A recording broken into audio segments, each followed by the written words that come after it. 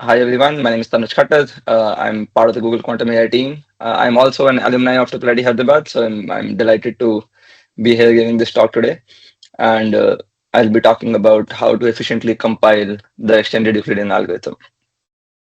So I guess, I'm hoping that like some of the people who are watching this talk are not necessarily from the quantum computing background. So like just as an introduction, like what's the whole hype about, right? Like you've seen like maybe a lot of hype around quantum computing recently, and the main pitch is that in some sense the modern computers that we have today are uh, equal in capabilities to an abacus, but the quantum computers work fundamentally differently in the sense that like they allow us to do things like in a way that is like fundamentally different from an abacus or a modern computer, and this gives us additional powers which can help us essentially solve certain problems that are beyond the reach of like modern classical computers. And like this is shown in the picture below, but like more formally, this means that the extended church theory thesis is like we believe that it is wrong, and we need a quantum extended church like turing thesis, like which essentially says that any model of computation can be like simulated by a probabilistic Turing machine, but with quantum computers we believe that is not true. Okay, so assuming that like quantum computation is nice and important, uh, like from the perspective of compiling algorithms for a quantum computer, and especially if you don't already have a background in quantum computing, but I assume like many people at already Hyderabad have a background in say uh, doing like competitive programming, or just like thinking about algorithms and optimizing algorithms, uh, like without going into too much detail of introducing like all of quantum information. The key thing to keep in mind is that with quantum computing you need a constraint of reversible computation. Like quantum evolution is described by unitary transformations, and like this means that the operation that you apply uh, in an algorithm must be reversible. And by reversible, we mean that given an output of the system, you should be able to run the circuit backwards in some sense and recover the inputs of that system. So like for and on the contrary, like most of the classical algorithms that you would see are often not reversible. So a very like fundamental example is an AND gate, which shows up like all the time in classical circuits. And like this gate acts on two inputs and produces a single output. So if the output is zero, the input could have been any of like 00, 01, 10, and therefore the original information in some sense is lost. Like you cannot reversibly figure out what the inputs to an AND gate were given the output of an AND gate. And the challenge with Sorry, can I yes, sorry, can I quickly interrupt? I just wanted to let you know that almost everyone in the audience is actually has a background in quantum information to a certain extent. So you can feel free to speed up if you feel like it. yeah, Yeah, yeah, I thought I'd tell you uh, because if you were okay, feeling yeah. a little anxious about doing the introductions, I thought I'd just mention. Okay, okay, yes. Right. So yeah, like I guess the challenge is that you want to design efficient reversible circuits that minimize the space, like which is usually the number one priority because having more qubits is the biggest challenge right now, and also time, which means that you want to reduce the number of operations in a circuit. And like I guess like most people already know, but for example, like a Toffoli gate, like a very naive strategy for like for ensuring reversibility is that you just record the history of the operations that have happened so far by storing like what we call the like garbage bits. Essentially, at every moment you just allocate new space to store the next output, and that guarantees that you have both the inputs and the outputs preserved, and therefore you can reversibly uncompute the output if needed to go back in time. And like one basic example of this is the Toffoli gate, which is a reversible AND gate, and like similar strategies hold for arbitrary functions as well. But Now the key challenge is that like we want to design efficient reversible circuits, and since the goal of this talk is to introduce efficient circuits for extended Euclidean algorithm, maybe let's look at one naive strategy of how like we would compile an extended Euclidean algorithm, right? So the code snippet on the screen shows how the Euclidean algorithm works for computing GCDs of 2n-bit inputs, in this case integers. And if we just use the strategy we described on the previous slide, where you keep storing the history of at every step of the operation, you can notice that like this statement in the middle that does the update on FNG is not reversible as shown at least, and therefore the outer loop runs around 1.4 n times, and in the inner loop operates on two n-bit inputs. And so if in each iteration you end up storing two n-bit inputs, you will end up storing roughly O of n square space and O of n cubed time, because the modular operation on two n-bit inputs also takes O of n square. And I guess the goal of this talk is, can we do something better, right? So like this was the introduction part of it, and I guess like now we can move on to more to the more interesting discussion. Okay, so uh, like maybe taking a step back, we are not just interested in the Euclidean algorithm for GCD, but we are interested in also computing the Bézout coefficients, right? So, like, what does the extended Euclidean algorithm give us? So, given two n-bit inputs FNG, FNG can be integers, they can also be polynomials, or like basically anything from like a Euclidean domain. Uh, like it gives us a way to compute the Bézout coefficients u and v such that like this equation f times u plus g times v is equal to GCD of FNG holds, right? So and this is a very powerful tool both in classical algorithms as well as quantum algorithms, because it has a bunch of applications. So like, one of the most common applications of this uh, like of this algorithm is to compute the modular inverses given say a prime p. So like suppose you're given a prime p and an input f, and you want to compute like 1 over f mod p. Like the way you can do that is that you can just run the extended Euclidean algorithm uh, on on f comma p as inputs, such that GCD of f comma p is 1. Like so the right side of this equation becomes 1, and like when you do your arithmetic mod p, the like the g times v term will become 0, assuming g is your prime p, and you will only have f times u is equals to 1 mod p. So what you have essentially obtained is the modular inverse of f, like which is represented by the Bézout coefficient u that you are computing as part of this like calculation. And then, of course, you can also extend this idea of computing modular inverses to performing modular divisions. So, I mean, this just says that you have two n-bit inputs x and y now, and you want to compute x divided by y mod p. So, a standard approach is to first compute y inverse, like using the extended like using the extended Euclidean algorithm seen above, and then multiply that with x. And this is very useful for, say, the elliptic curve cryptography. Like this has applications in elliptic curve cryptography, like where you want to do point additions. And then another application, which is essentially the motivation behind this work, is in decoding Reed-Solomon codes. So recently, at like we had a like we had a new quantum algorithm called Decoded Quantum Interferometry. That it's a bit of a mouthful, but it essentially allows you to solve a class of optimization problems by reducing them to decoding problems. And the circuit compilation challenge becomes that you need to implement a decoder for a class of classical correcting codes.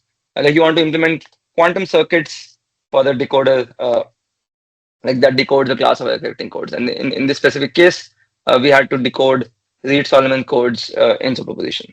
So the fundamental problem that this reduces to is again like running the extended Euclidean algorithm on two n-bit like on 2 degree n polynomials, the syndrome S and the polynomial x to the n, and like running this calculation helps you get access to sigma and omega, and these two are the error locator and the error evaluator polynomials, which can then be used to figure out the locations and values of errors, like in your uh, code word. Okay, so like enough with the Hi motivation. Tanuj, sorry to interrupt. Yes, Sorry. yes. So how do you get both by just running the extended Euclidean algorithm?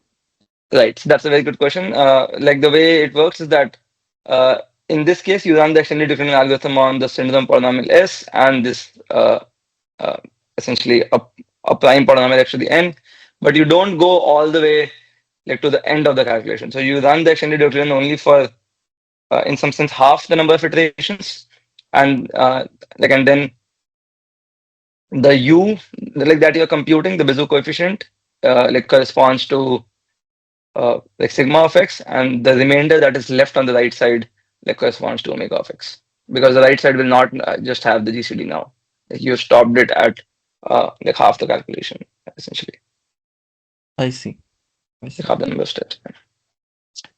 Yeah, so like I guess like the details of how the syndrome decoding problem for its Solomon codes reduces to the extended Euclidean like algorithm is very well studied, and there's a lot of literature on that. But like I guess for the purpose of this talk, most of this is just to motivate you that extended Euclidean is an important tool, and we will not be using any of this essentially beyond this slide. Yeah, any other questions? Okay, okay. So now coming to how the extended Euclidean algorithm works, uh, the the goal is that you are given two n-bit polynomials. So like for the rest of this talk, I will talk mostly in terms of computing GCDs of polynomials, but all the ideas that I discuss also carry forward to integers. Uh, but like just to keep the presentation simple, I'll talk mostly about polynomials. Okay, so given two n-bit two degree n polynomials f and g, Euclid's algorithm for computing the GCD is based on this fundamental idea that the GCD of f and g is same as the GCD of f, like the remainder that you obtain after dividing f by g and g. And like, the reason that is true is that you can write this f mod g as like a linear equation of f minus q times g, where q is the quotient like that you obtain by dividing uh, g by f, essentially. Oh, sorry, like f by g. So the way Euclid's algorithm works is that you compute a series of remainders starting like labeled as r of 1 to r of m, where m is the number of steps for which you need to run the like the algorithm, and the initial two remainders are just your inputs f and g. And a constraint that is satisfied is that with every new remainder that you compute, the degree of the remainder strictly decreases. Right. So initially you start with f and g, but you say that like GCD of r of 0 comma r of 1 is same as r1 comma r2, and so on until one of the remainders becomes 0, and that is when the algorithm stops. And each consecutive remainder is obtained by like computing like by dividing the r minus 1 with r of I to compute r of I plus 1. Right. So now like there's one more way in which you can view the working of the Euclid's algorithm, and that is to see it in terms of like this like an application of a 2 by 2 tangential matrix. So each step of the extended differential algorithm where you compute the next remainder and then you do a little swap, essentially it can be written as an application of a 2 by 2 tangential matrix uh, expressed in this form, like where you can see that your inputs are r of k minus 1 and r of k, which is the k minus 1 and kth remainder, and your output is the k and k plus 1th remainder. And like the first row of this transition matrix just sets like in some sense performs a swap where you set your next uh, like zeroth remainder that you're tracking to be the first remainder from the input, and your r of k plus 1 is computed by the calculation we saw earlier. And the quotient here is just the quotient that you obtain by dividing your R of k minus 1 by R of k, right? And like so you can express each step of your extended Euclidean algorithm as a 2 by 2 transition matrix, where the matrix is defined by the quotient that you compute at that step. And the complete algorithm can then be represented as a matrix product of these 2 by 2 transition matrices. So like if the algorithm is supposed to run for m steps, you can just represent each of the m steps as m different matrices, and you can multiply all of them together to obtain a finite transition matrix. And then you can immediately notice that the first row of this transition matrix uh, stores the Bézout coefficients that you're interested in, right? So like if you apply this transition matrix on inputs f and g, which were used to compute the transition matrix in the first place, you obtain the GCD of fg comma 0 on the left hand side. And the reason I'm introducing this picture is because, as you will see later, that like thinking of the extended Euclidean as a series of applications of these like of these simple transition matrices is going to be very helpful, like when designing efficient quantum circuits for it. Right? And again, like just looking at the same equations, but but expressed as like a little code snippet, we can see that like given two polynomials f and g, you initialize your total transition matrix tau like tau with an identity, and you initialize your remainders with f and g, and then in each iteration you compute the quotient, you calculate the kth like transition matrix, and then you perform an update on the remainder vector and the total transition matrix vector, and finally like the remainder stores the GCD, and then the final transition matrix tau stores your Bézout coefficients. Okay, so we are of course not the first one to think about how to compile like quantum algorithms for like how to compile a quantum circuit for the extended Euclidean algorithm given its wide application. So like one of the first attempts at compiling a quantum circuit for extended Euclidean algorithm was by Christopher Zalka and collaborators in 2004, and they had three like very nice ideas, right? So the first like key idea that they introduced and again they noticed is that you can actually observe that each step of the classic Euclid's algorithm can be made reversible. So you can see that the quotient that you compute at the ith step is like you can compute this quotient by the two inputs at the ith step, which are the I minus 1th remainder and the ith remainder. But you can also express the ith quotient in terms of two outputs of the ith step, which is the I plus 1th Bézout coefficient and the ith Bézout coefficient, right? Because you can express u of I plus 1 as uh, qi ui minus u of I minus 1, and you have this constraint that at each step the degree of the remainders is strictly decreasing. Like as you proceed with the extended Euclidean algorithm, the degree of the remainders keep decreasing, but the degree of the Bézout coefficients keep increasing, and therefore the degree of ui minus 1 is strictly less than u of I, and therefore the floor here gives you exactly q of I that you're interested in, Anuj, right? sorry to interrupt again. So this Yeah. is this in any way, so I know, for instance, the continued fractions algorithm in Shor's. Yes. The structure here looks a bit similar to that. Is there like can I get some intuition for this from the continued fractions or? Yes. So you can express the extended Euclidean algorithm in terms of like you can talk about it entirely in terms of continued fractions as well. And in fact, like many of the like fast GCD algorithms which work not in n squared but n log n, uh, like derive their intuition from the continued fractions like story. So yes, Right, I because think the form. this expression looks very similar to continued fractions that you've written. Yeah.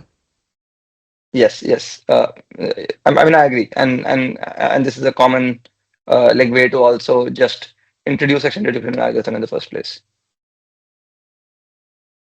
Thanks. Yeah.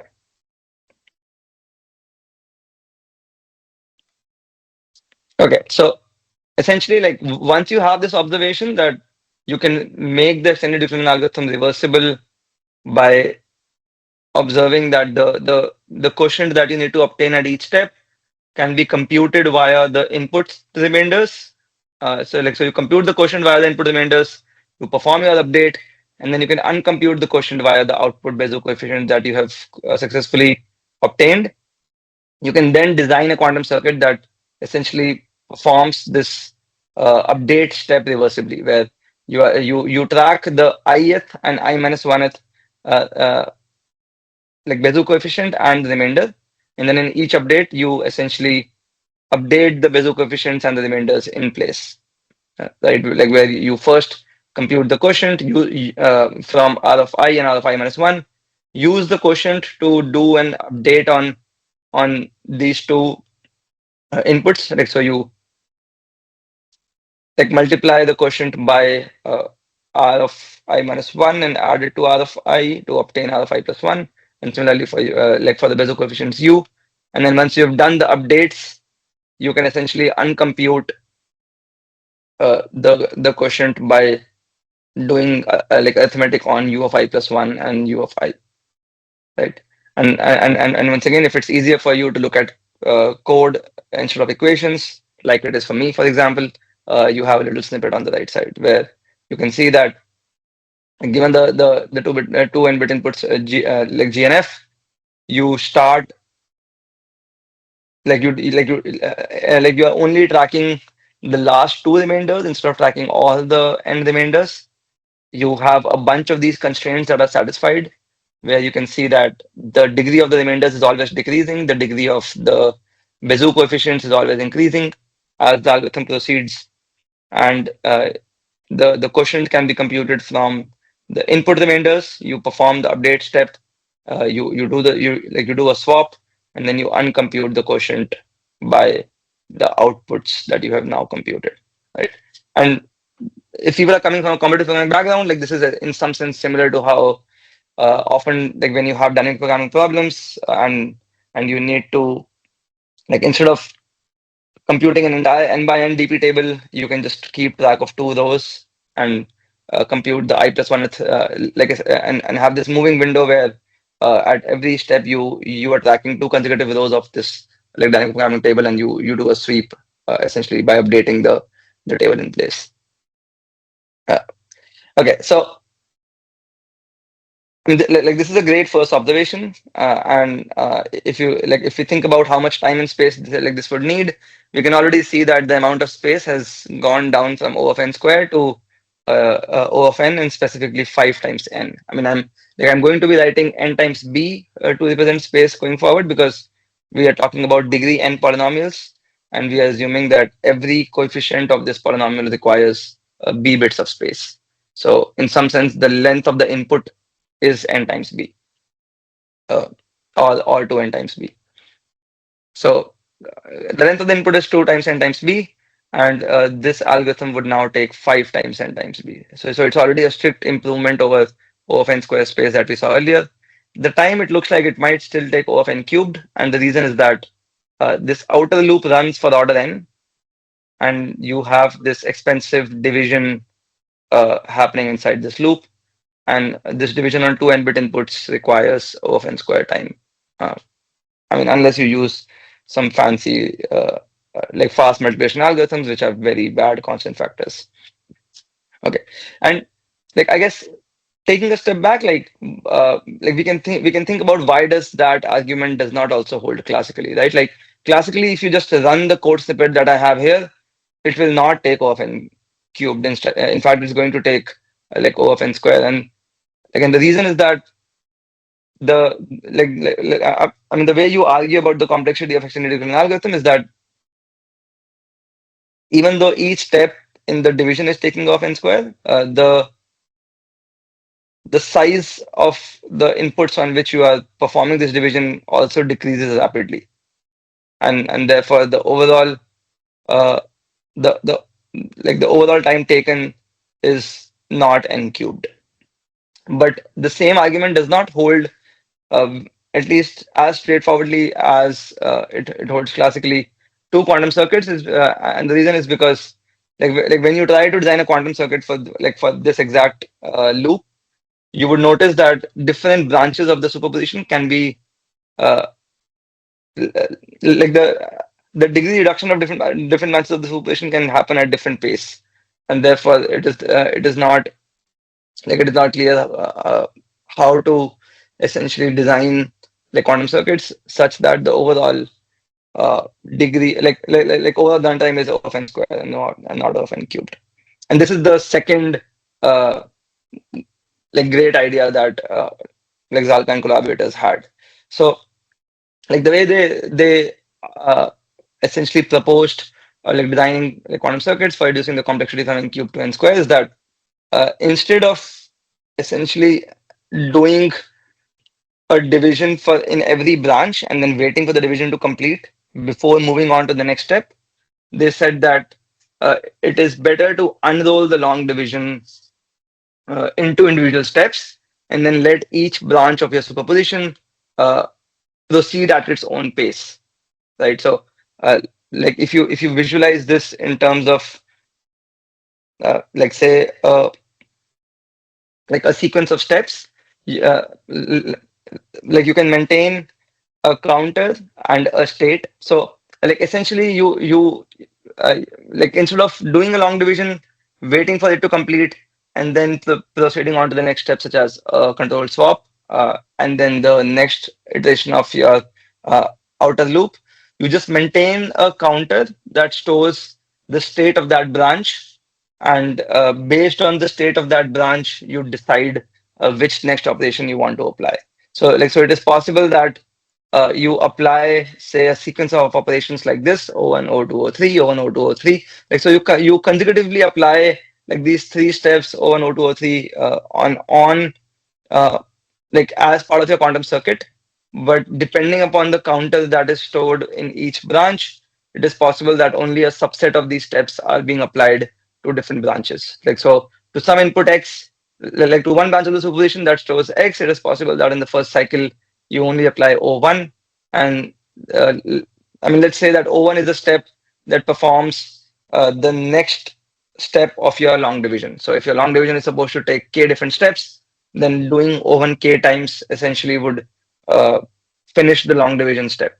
And then in that case, when you are when you're performing O1 on your input X, you need to perform it k times. In this case, for example, 3 times back to back, and nothing else can happen. Can be happening. O2 and O3 are not relevant because you are still in this kind of long division uh, step of your extended Euclidean for that branch. But for a different branch, for example, for X prime, it is possible that the long division only happens for a single step, and therefore your O1 finishes right in the first step, and you move on to the next step, which is a control swap.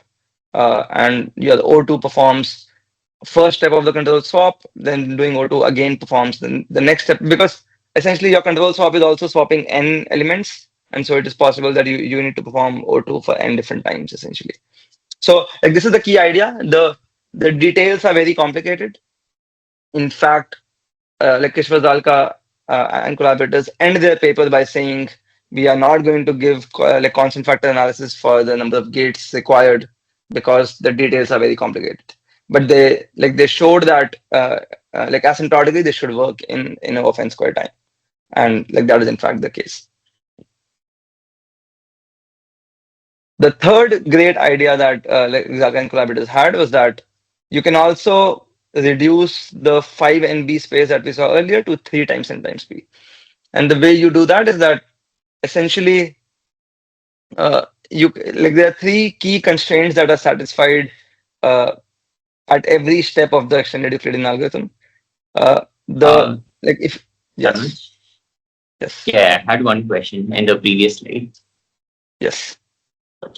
Okay, so essentially we are trying to apply different operations for different x's. Am I correct? Uh, And so then what you're like doing the is overall operation, yes. the overall operation is the same, but like at different time steps, I'll be applying different operations. Is that the right way to see this? Uh, maybe. So let me try to explain from the from the perspective of this code snippet, right? So in each iteration Okay. of this loop, what you need to do is you need to compute a quotient. Right. This is an O of n square uh, like computation. Like you need to take this Right. quotient and then do this update where you need to do a bunch of multiplications essentially, Right. and then additions. So now the problem that we are facing is that if you spend O of n time for both of them in every step of your algorithm, you will end up. Okay, so like if you assume that you are operating on n-bit inputs for Right. all the O of n outer steps, you will end up with O of n cubed complexity.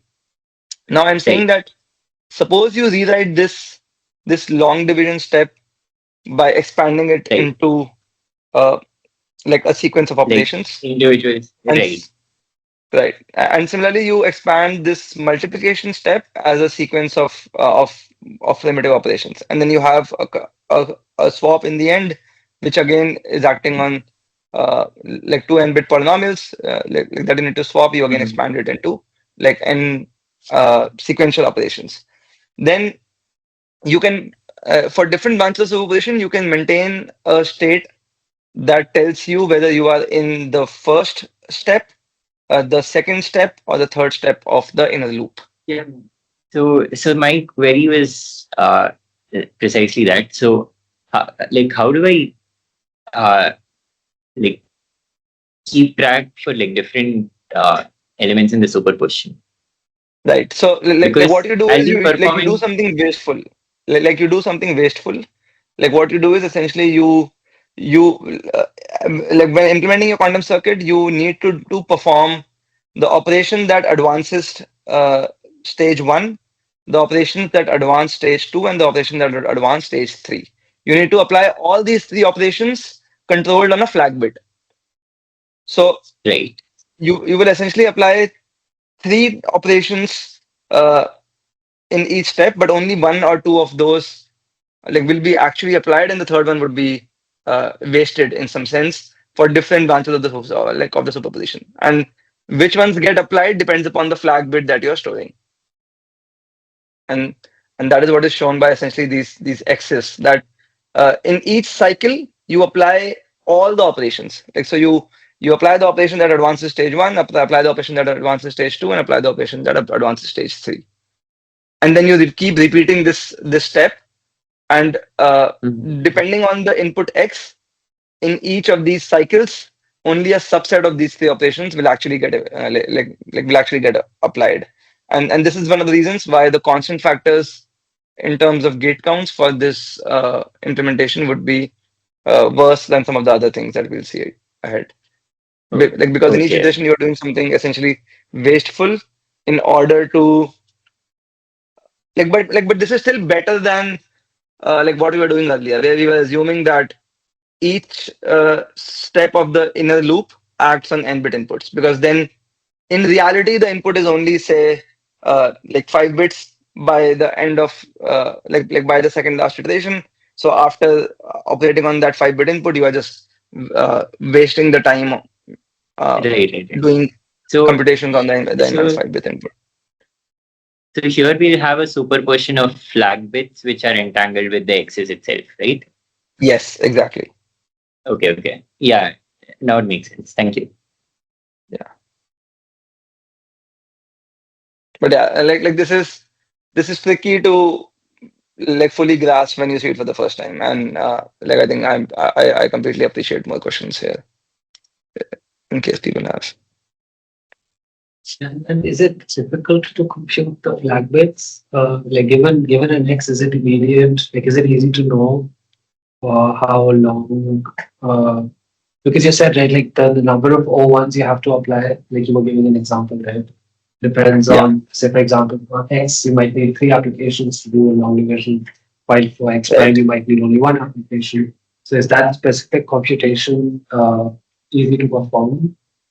I suppose it Uh, must be, but I mean, yeah, like the details are annoying to figure out, but we have it implemented, and we have quantum circuits for it. So in terms of like asymptotically, they are not hard to figure out.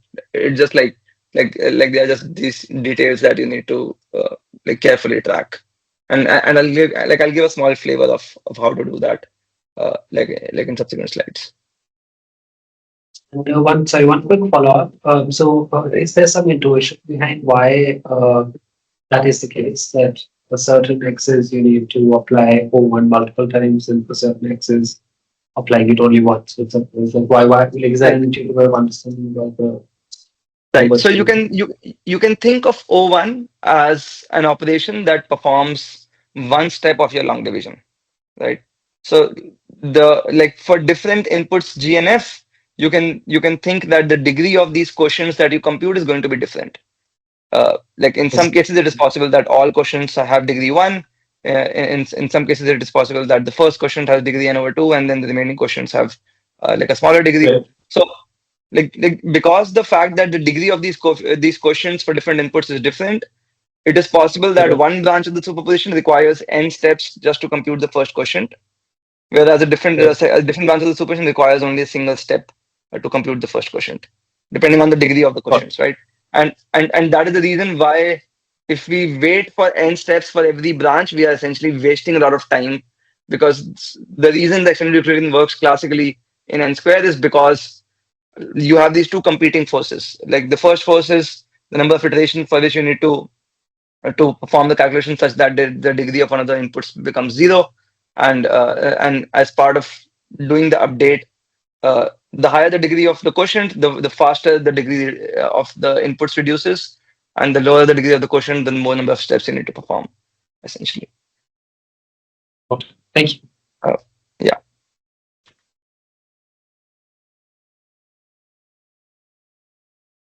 Okay. So Have people looked at hybrid algorithms as well, where you use some like distinguishing classical space and quantum space, or have people only looked at entirely classical versus entirely quantum? uh, sorry, I don't like. I'm not sure if I get the question. Like by hybrid algorithms, do you mean that? Okay, so like Maybe one computing the opportunity. complexity separate. Sorry. I was saying to compute the complexity separately, like you say that it requires these many classical bits and these many quantum bits, uh, as opposed to just counting the number of qubits and number of bits. So instead of looking at like an entirely classical algorithm versus an entirely quantum algorithm, one looks at, because inherently classical space is cheaper, right? One would imagine than quantum Right. space. Maybe So one classical wants to, offload space. some of the process. Yeah, I think it's like the way you can trade off some of that is that you pay an exponential time, but you save uh, some quantum bits. So like basically, instead of doing your operation on n bits, you say that okay, I'll do it on n minus 2 bits, and that gives me some errors in my overall algorithm, but maybe I can tolerate those errors by repeating it exponential number of times. Like there are these types of trade-offs that people have done, like for factoring or for like other applications. I think specifically for for compiling extended Euclidean without like there's one opportunity here, like I'll talk about it later, where like there is an opportunity to use some of the uh, okay, so like basically like when you run extended Euclidean on an unknown input x, which can be in superposition, but a known input p, which is the prime, like that you want to do modular division by or modular inversion by, you are in this scenario where you are running an extended Euclidean on two inputs, but one of the inputs is classically known. But in the techniques that we have so far, we don't know any ways to make use of this fact uh, uh, like elegantly. Like we assume that the circuits that we are compiling can work on two arbitrary n-bit inputs, both in superposition. And then we just load Right. one of the classical inputs as a quantum input in superposition and then operate upon that. Now there is this opportunity here that because one of the inputs is classically known, there might be like newer ideas that people can come up with that even like that help further improve the results we have so far, essentially. Got it. Thank you. Okay, so like moving on, we now know, thanks to Christopher Zalga, how to reduce the complexity from n cubed to n square. The next, I guess, like another nice idea that they had was that you can also reduce the leading order space complexity from 5n to 3n. And the way to see that is that essentially, so in this picture, the little a and little b are the Bézout coefficients, and capital A and capital B are my remainders. Like I've been talking in terms of ui and ri, but they describe this in terms of like these little a's and capital A's. And the three key constraints that are satisfied in each iteration of fraction Euclidean is that if you look at the degree of like the ith Bézout coefficient and the degree of the I minus 1th remainder, and you sum them up, this degree is always going to be exactly equals to m, where m is the degree of the inputs that you started with, essentially, or like I guess 1 plus the degree of the inputs that you started with. And also individually, like the degree of ui plus ri is going to be less than equals to m, and degree of ui plus I minus 1 or I minus 1 is also going to be less than equals to m. So instead of having an n-bit register for each of the 4 inputs that we are tracking, we can have a single. Tanuj? Yes. Sorry, I had a question in the previous slide. Sure. Yeah, like here you had some unitary applied to get x, and then that's censored with some flag bit, right? So Yes. some flag register. Yeah.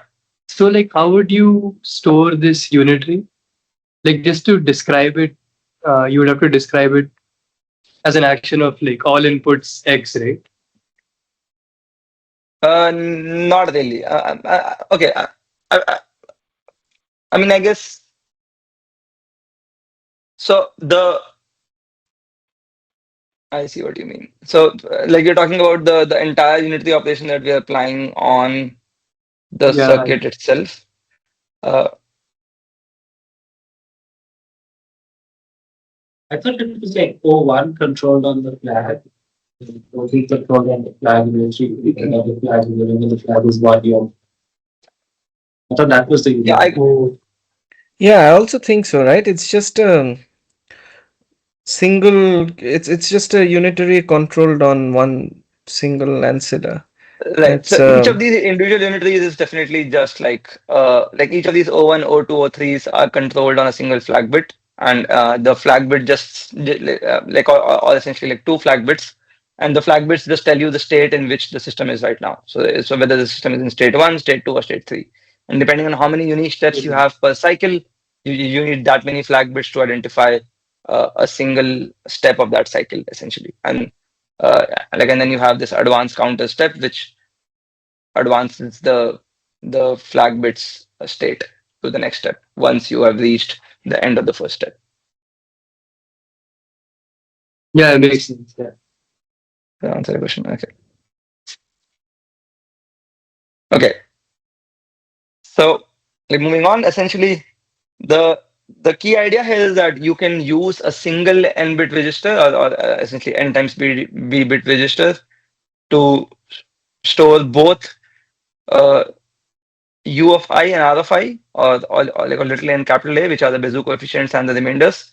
Similarly, b and capital B, which is the I minus 1th like Bézout coefficient and I minus 1th remainder. And then in each step, you need to allocate one more register to store the quotient. And that is where the 3 times n times b complexity comes from, because it is sufficient to store the state of the system in just 2 n bits, and then you need another n bits in the worst case to compute and store the quotients. And the directions of the arrows in this case denote the order in which you are storing the bits of the inputs. So in case of polynomials, the highest degree terms are on the right, the lowest degree terms are on the left for the remainders, and then like for the Bézout coefficients, the highest degree terms are on the left and the lowest degree terms are on the right. And like this particular representation makes the implement has some implications for why the implementation becomes nicer. Like, so for example, if you have to swap yeah, I mean like sorry, like swap is easy, but essentially like if in each iteration, each step of the long division, you need to uh, do a scaled subtraction of A with B, and then essentially the scaling part has already been taken care of for you. Like you just need to multiply, like you just subtract, uh, uh, like you multiply A by a constant that you obtain by looking at the little a's and little b's, and do a subtraction by multiplying each term and subtracting each term individually. Anyway, like I think like I won't go into the nitty-gritty of the exact details, but like this is an IC presentation. The constraints that you can see from extended Euclidean algorithm uh, like help us argue that this much amount of space is sufficient, and you can identify the boundary between the Bézout coefficients and the remainders by looking at the degrees of the little a and capital B, like which are the I minus one as remainder and the ith Bézout coefficient. Uh, and like Zalka and collaborators also argued that you can further reduce this 2 and b space, like 3 and b space, to 2 times n times b by, instead of allocating an n-bit register for the quotient, you only allocate a log like an order log n sized register, but that leads to like a fidelity loss. But they say that in the context of cryptography, the amount of fidelity loss that you get is low enough that it doesn't impact the overall success of your algorithm. And the reason behind this is that in general, like there's this argument that when you're running like when you're running the extended Euclidean algorithm, large quotients are very rare. Like most of the quotients that you obtain are very small, and therefore, like order log n space for the quotient is sufficient, right? So like it seems like we have already come down to 2 times n times b, which is essentially the length of the input in 2004, right? So there's not a lot of work left to be done, but but of course there are like improvements that you can make. So first improvement that we make over Zalka's original proposal is that we have this additional observation that as part of this like this in place representation for storing the Bézout coefficients and the remainders, we can notice that we actually have enough space available to also store the quotient within this 2 and b space itself. So like when you compute the I plus 1th quotient, you are essentially dividing uh, the I minus 1th remainder with ith remainder, and you can notice that the degree of the I plus 1th quotient is exactly going to be the degree of r minus 1 minus degree of r of I.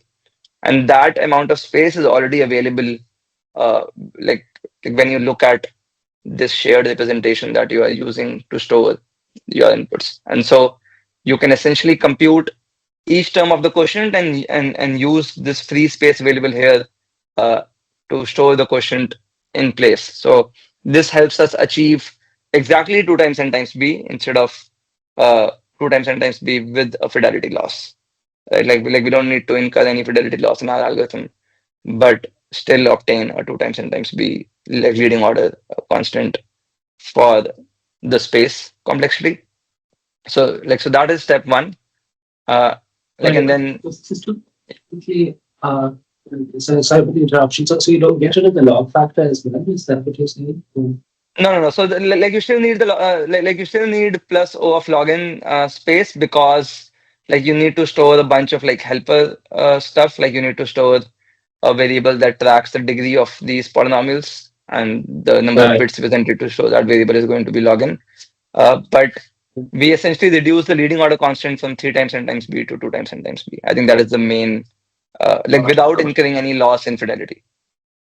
Exactly. So earlier it was they could do 2n but with loss in fidelity, right? But now they're Yes, removing the loss. exactly, exactly.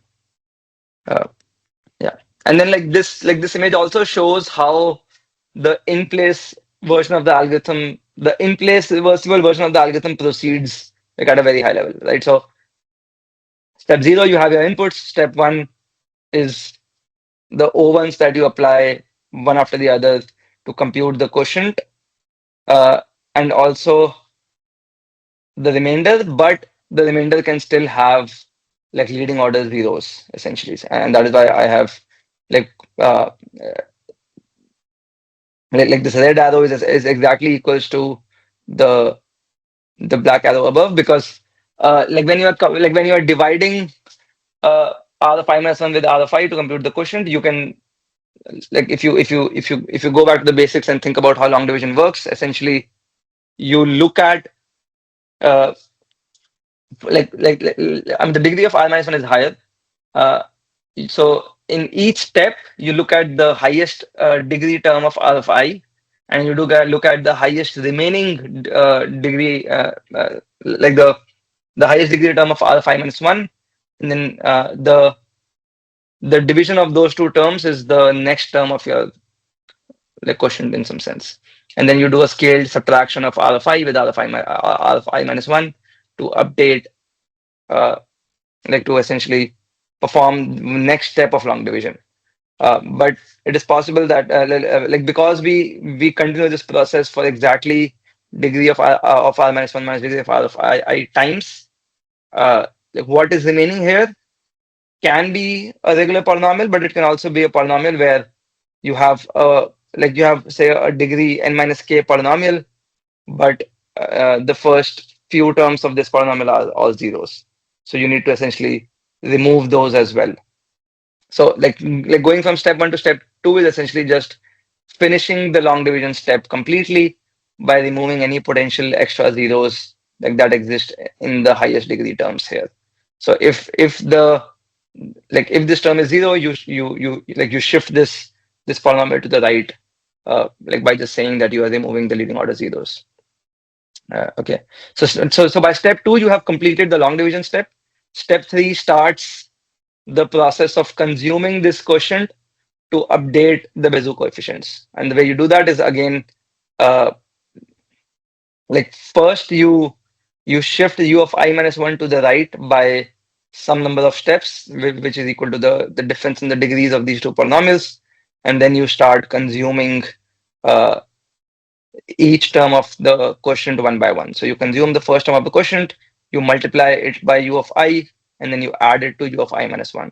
Like, the reason this had to be shifted is because, remember, because you are you are doing a scaled addition of, you are multiplying your q with u of I to add into u of I minus 1. You have to essentially align the zeros, in some sense. Like, if u of I was 1 plus x square, and u of I minus 1 was just, say, like 1, then in this representation, if you just do an addition, it would mean that instead of storing 1, you're storing x square for u of I minus 1. Uh, but yeah, essentially, like, step 3 is, in some sense, step 3 is also the inverse of step 2. Like, in step 2, you removed like, you can see that you did some right shifting in step 2, and then you're also doing some right shifting in step 3, but for the Bézout coefficients. And similarly, in step 1, you did some scaled additions of the two polynomials, and in step 4, you're also doing some scaled additions of the two polynomials. And step 5 is just the swap step you need to do at the very end. Like, I know this is very hard to follow, probably, with, like, by just looking at the pictures, but I guess that is all I'm going to talk about in terms of the actual details. And once again, like, the details are complicated, but as part of this work, we essentially have the first end-to-end implementation for Exalca's extended Euclidean. So we have, like, all these complicated details figured out. We have quantum circuits for it, so you can go and take a look at it and see how exactly it works. But yeah, like, I guess the first improvement we make is that we have this improvement in the quotient storage that we talked about. The other improvement that we make is that we also, as part of implementing this, we also figure out the constant factors, and then we make some improvements to the constant factors by noticing that at a bunch of places we can combine the number of multiplications we need to do. So in the original proposal, you would have to do 2 multiplications per iteration, because essentially you would have to do 1 multiplication for the step that advances the quotient calculation, which is step 1, and you would have to do 1, like, multiplication that advances the quotient consumption, which is step 4. And the way we have implemented it now is that we have essentially merged step 1 and the calculations for step 1 and step 4, such that you only need 1 multiplication, like, for each of I mean, you need n multiplications for each of the n iteration, for each iteration, instead of 2n multiplications. Yeah, so like, our optimized implementation has 2nb like deterministic space complexity, and around 6n square multiplications, because there are 6n iterations and there are n multiplications per iteration. Whereas the original version would have had 12n square multiplications. Okay, enough about Zalka's extended Euclidean algorithm. There are also like, I guess, like, does anybody have any questions before we move on? I feel like people have asked enough questions during the expression as well. Okay, so of course, like, even classically, there are many other variants of doing GCD calculations that have been studied, and like, people have looked at that and also tried to adopt quantum circuits for those classical variations, right? So one like very commonly used like variant of the GCD algorithm is this binary GCD algorithm, and like, we will first introduce it in terms of integers, but the ideas also extend to polynomials in a pretty straightforward way. So the key idea behind the binary GCD is that even classically, GCD is a very important primitive for cryptography, and as we saw earlier, the fact that in the extended Euclidean algorithm we need to, like, in the classic Euclid's algorithm, we need to do this expensive quotient computation is in some sense annoying, both for quantum and for classical computers. And like, people have looked at how we can express the GCD like calculations, but without the expensive like long division step. And binary GCD is essentially an attempt to do that. So it is based on this idea that you can express the GCD of f and g in terms of these three key equations. So if one of the two inputs is even, say g is even, you simply divide g by 2, and GCD of f comma g is same as GCD of f comma g over 2. I mean, this assumes that both f and g are not even. If both f and g are even, you keep dividing both f and g by 2 till the point that one of f and g is odd.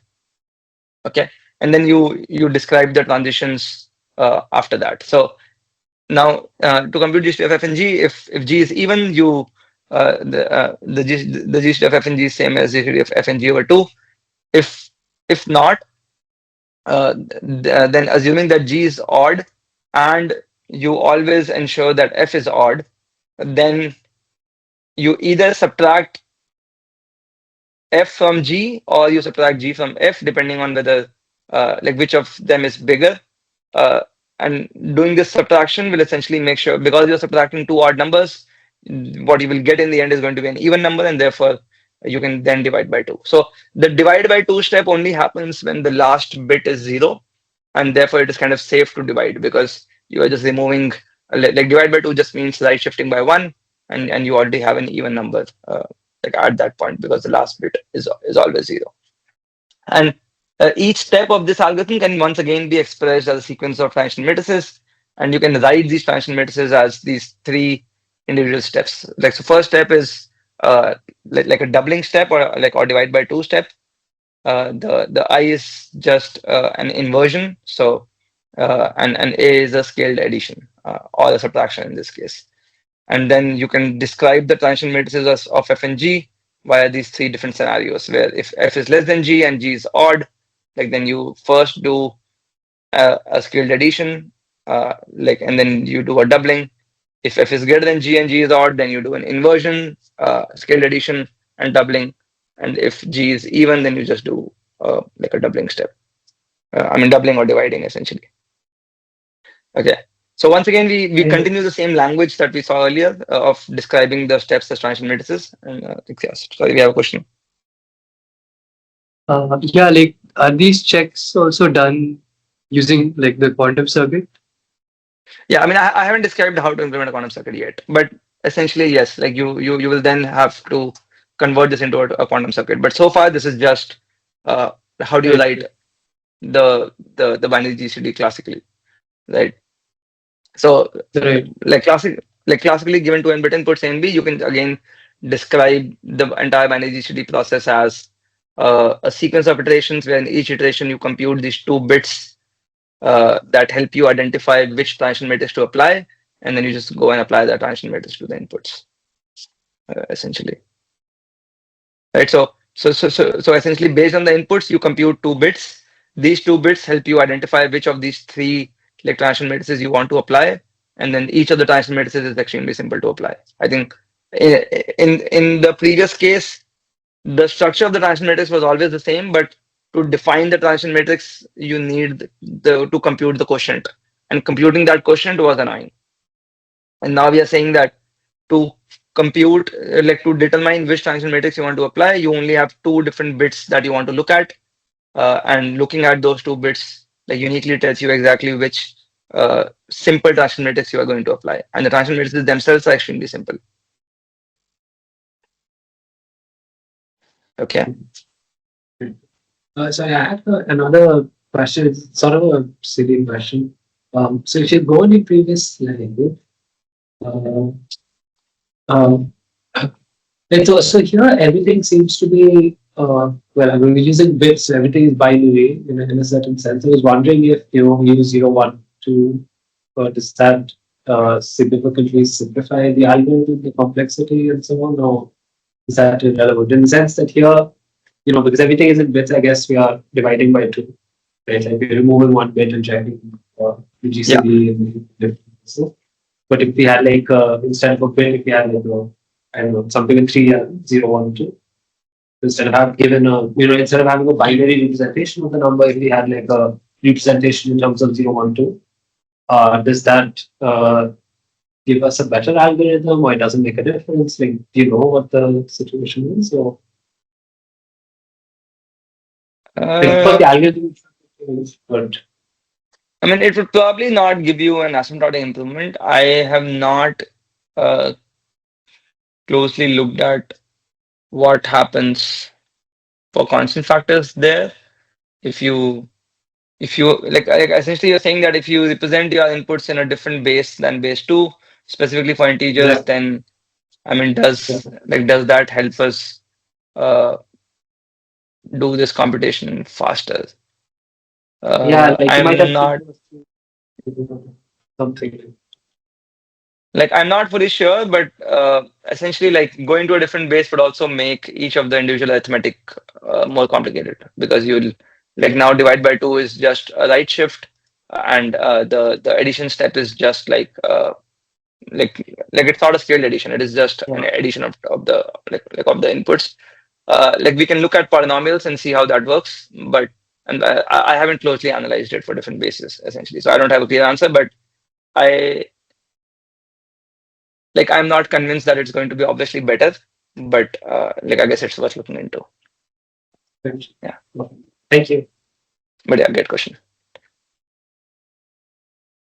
Okay, so like now that we know how to describe the binary GCD in terms of these transition matrices, uh, like as I had promised earlier, the ideas also extend very naturally to polynomials. So in case of polynomials, the division by 2 step is replaced by a division by x step, where you ensure that the polynomial does not have any constant term, and therefore every term in the polynomial has is your polynomial is of the form like a1x plus a2x squared dot dot dot, such that you can divide by x safely.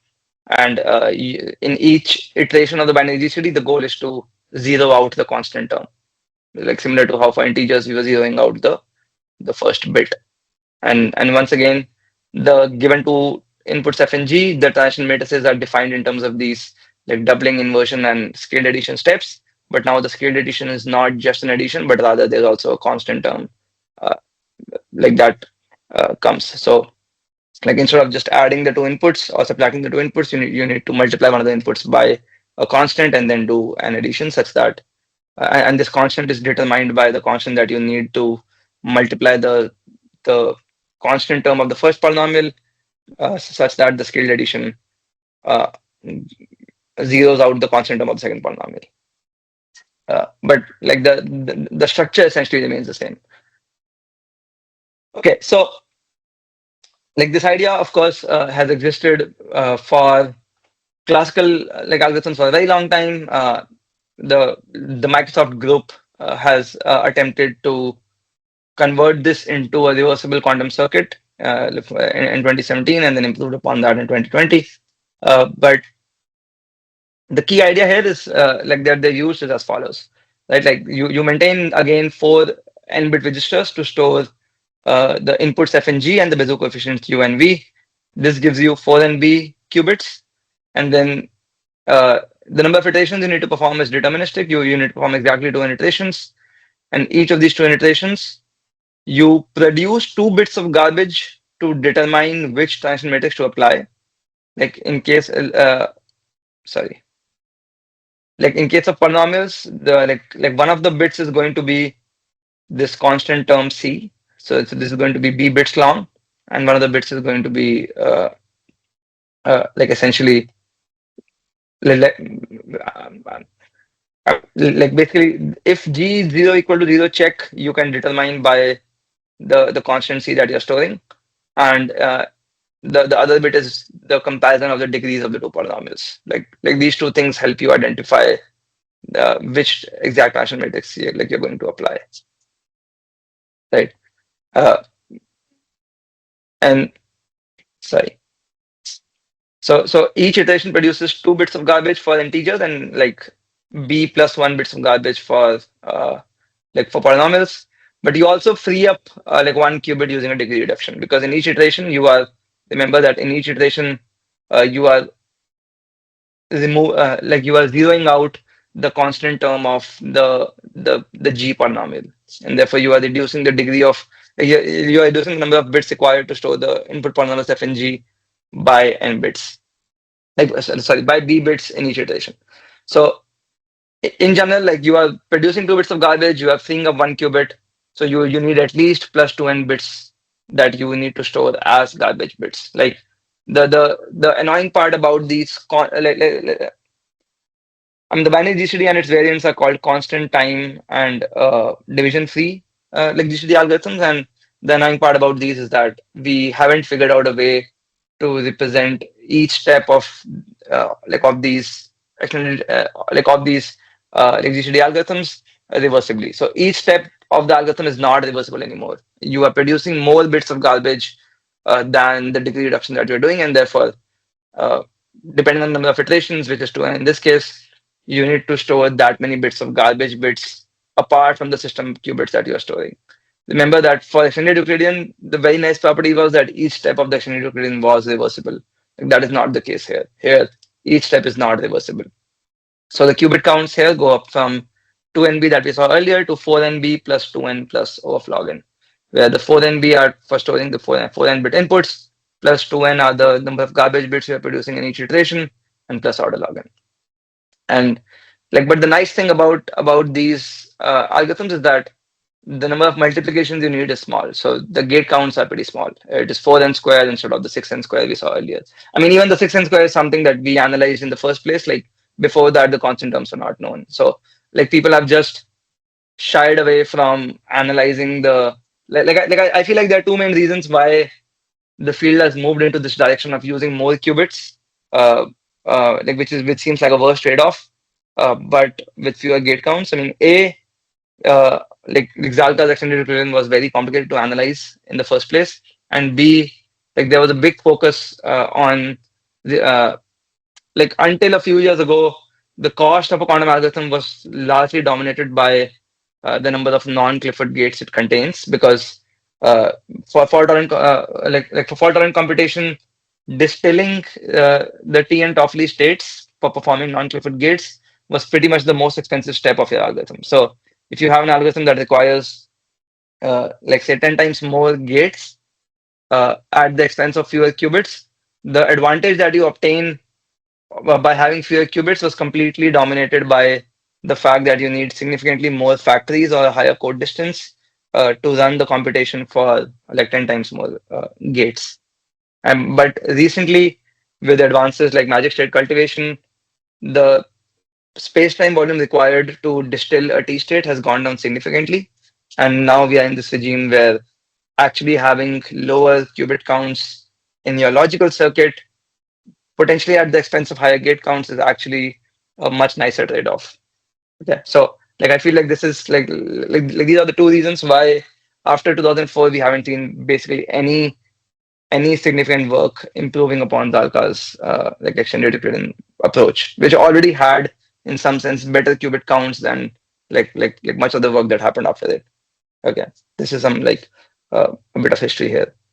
But okay, so like we can see that with binary GCD we can obtain 4nb plus 2n qubit counts and 4n square like multiplications. So the gate counts have gone down, the qubit counts have gone up, and like this is probably not a good trade-off in today's world.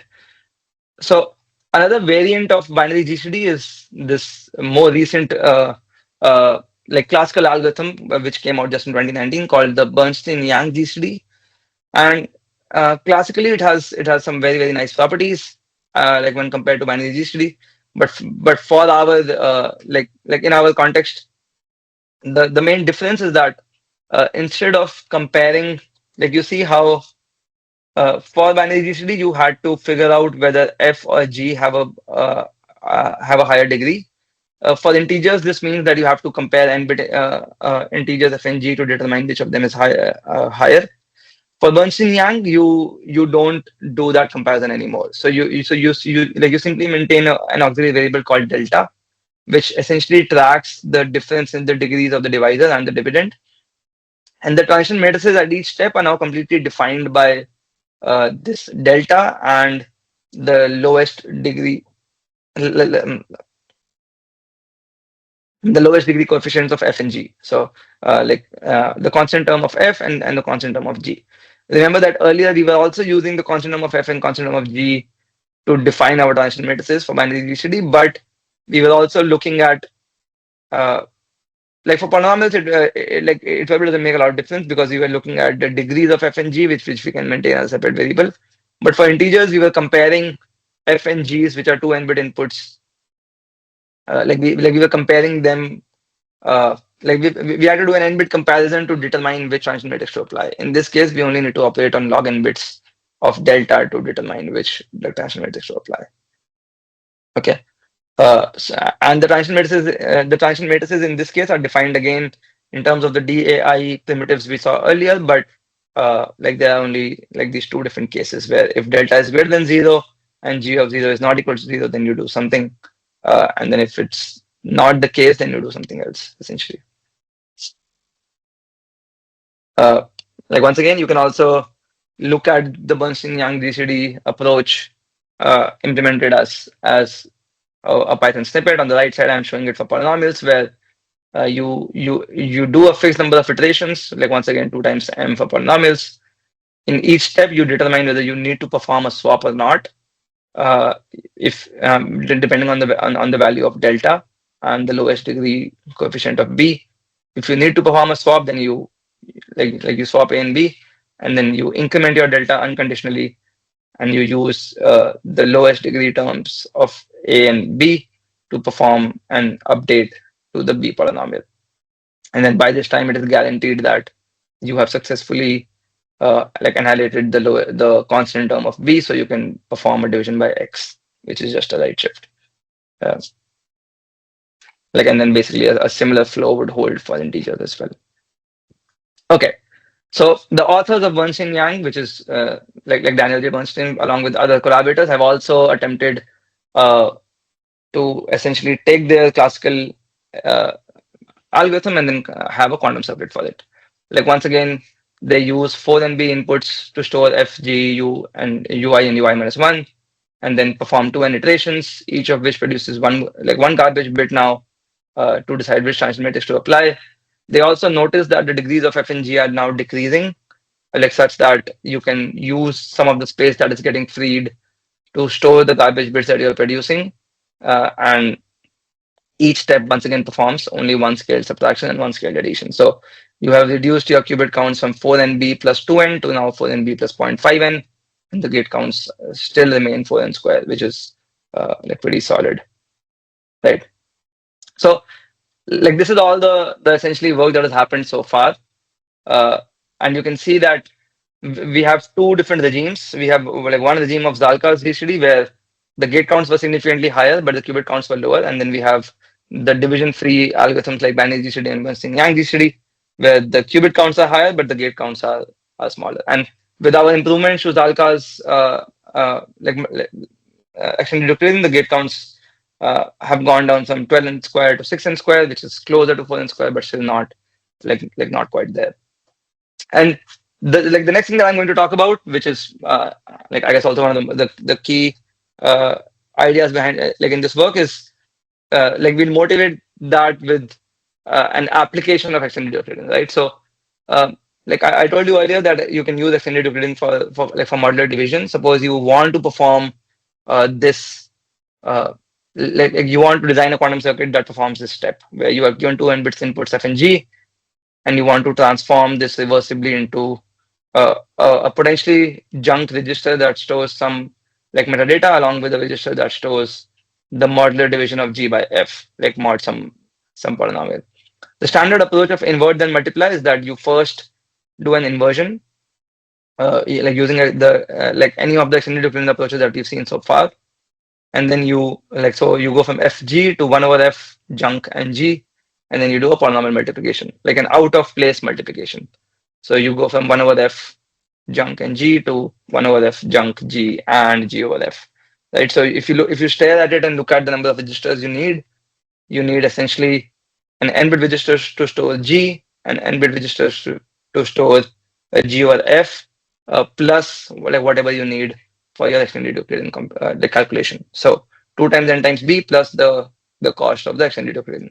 And similarly for multiplications, you need n squared to multiplications to multiply 1 over f with g to get g over f, plus whatever you needed for the inversion process in the first place. And then adding up these numbers, if you can see that for the three approaches, the classic Zalkar's extended Euclidean or the binary GCD or Bernstein-Yang GCD, these numbers end up with 5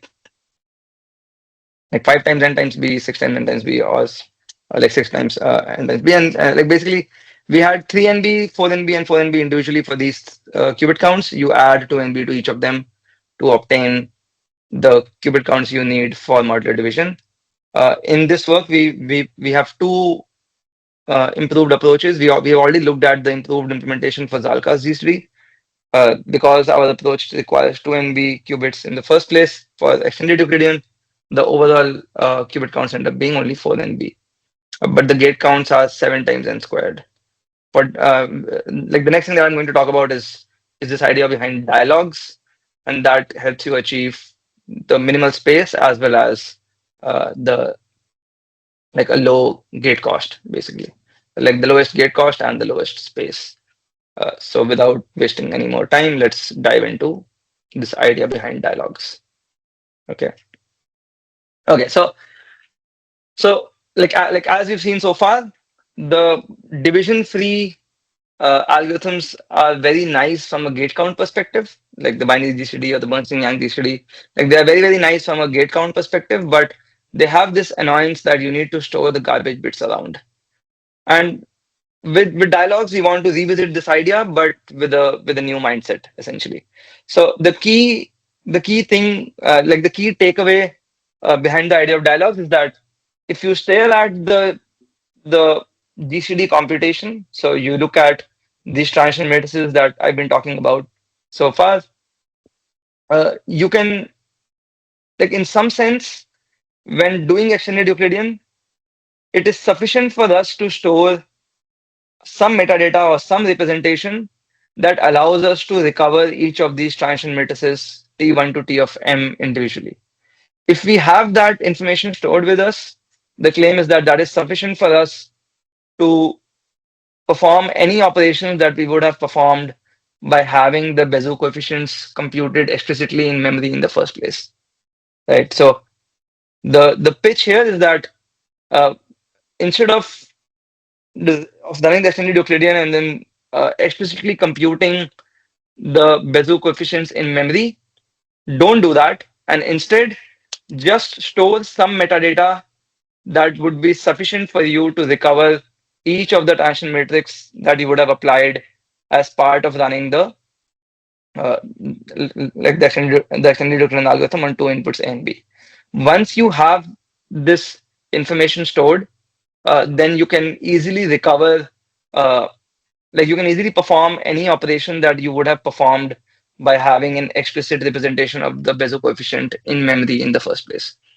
And this metadata that you need to recover the information about the transition matrices that you need to apply at each step is what we call the dialog representation, right? So, like in some sense, we are doing a lazy evaluation of the extended Euclidean process by not computing the Bézout coefficient explicitly, but only computing a representation of the transition matrices at each step. And once we have that, we can apply these transition matrices on any new input to have the same effect that we would have had by having the explicit representation of the Bézout coefficients in memory, right? And then the key observation is that all the garbage bits that you were producing, like during your constant time division free like algorithms, like the binary GCD and the Bernstein GCD, are essentially the metadata that can help you identify the transition matrix at each step. So in some sense, we are saying that just having those garbage bits is already sufficient for us to determine uh, the like to figure out whatever information we need uh, from the extended Euclidean process, right? Like to determine the transition matrix at each step. Uh, so like that's the key idea behind the dialogues, that you instead of recording the results of the extended Euclidean, you only record the conditional branch decisions that you have taken at each step of the extended Euclidean like algorithm, and then you use that information uh, to essentially like you consume that information to get the same effect that you would have had by having the explicit Bézout coefficient in memory. Okay. So, Yes. have a small query. Okay, but wouldn't this come at the cost of a lot more of multiplications? It does Because not. every It time does you not. need to apply, it doesn't. Because every time you need to apply this uh, tau total, right? Or like t total, Yes. right? Yes. So Yeah. wouldn't Okay. that be I mean that's a great question. So like there are two different scenarios, right? Like there's a scenario of elliptic curve cryptography where essentially the extended Euclidean that you are doing is only to perform modular division, and you do that only once. So the way the circuit looks like is that you do an extended Euclidean to compute the inverse. You consume the inverse exactly once to compute a modular division, and then you uncompute the inverse, and then you uncompute the extended Euclidean. So if you are consuming your inverse, or if you're consuming the Bézout coefficient only once, then it doesn't make okay? any difference Then whatsoever.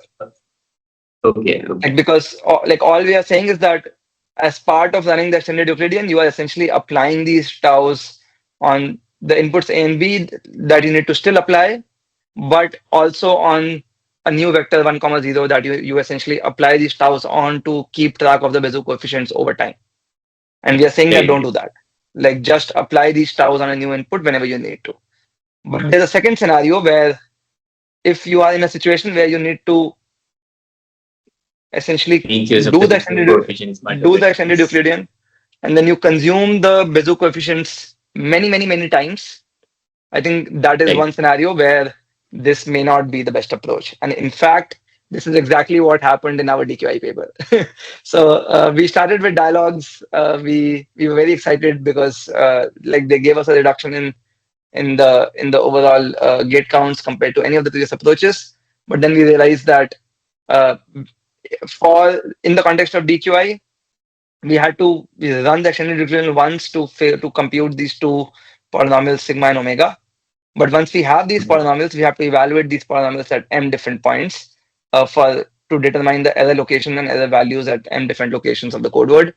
So essentially, we had to consume these like polynomials m different times, and we could do that by either just evaluating the polynomials in the dialog representation, which we did initially, but Mhm. uh, because of the fact that we were operating upon GF2 to the m like binary extension fields, uh, like evaluate having the polynomial explicitly in memory meant that evaluating it requires only Clifford gates, whereas having a representation of the polynomial in terms of dialogues meant that we need non-Clifford gates as well to evaluate the polynomial. And because the number of evaluations are significantly higher, essentially the approach that ended up being better for us was our optimized like Zalka's implementation, and that is why essentially we went and optimized Zalka in the first place because we had this idea. But yeah, I think that's a great observation. That which of these two approaches you use depends on how many times you need to consume the result of the extended Euclidean as well. If you only need to consume the result of extended Euclidean once, it's almost always better to use dialogues.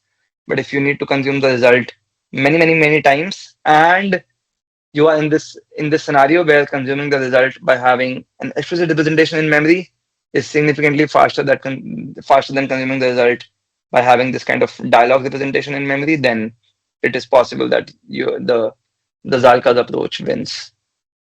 But okay, like I guess like moving forward, here are some examples of how the dialogues can work for like in the context of integers, right? So like one way to think about dialogues, and the reason we are saying it is a representation is because if the GCD of the two inputs is one, so for example, if you're given a prime p and a number x, then the dialogues are essentially similar to how you use binary to represent a single input.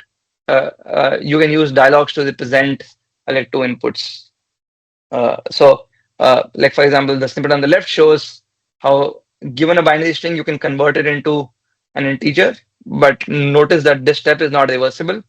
The snippets on the right show that given two inputs u and v, and assuming that like the input u is odd, you can essentially run the extended Euclidean process.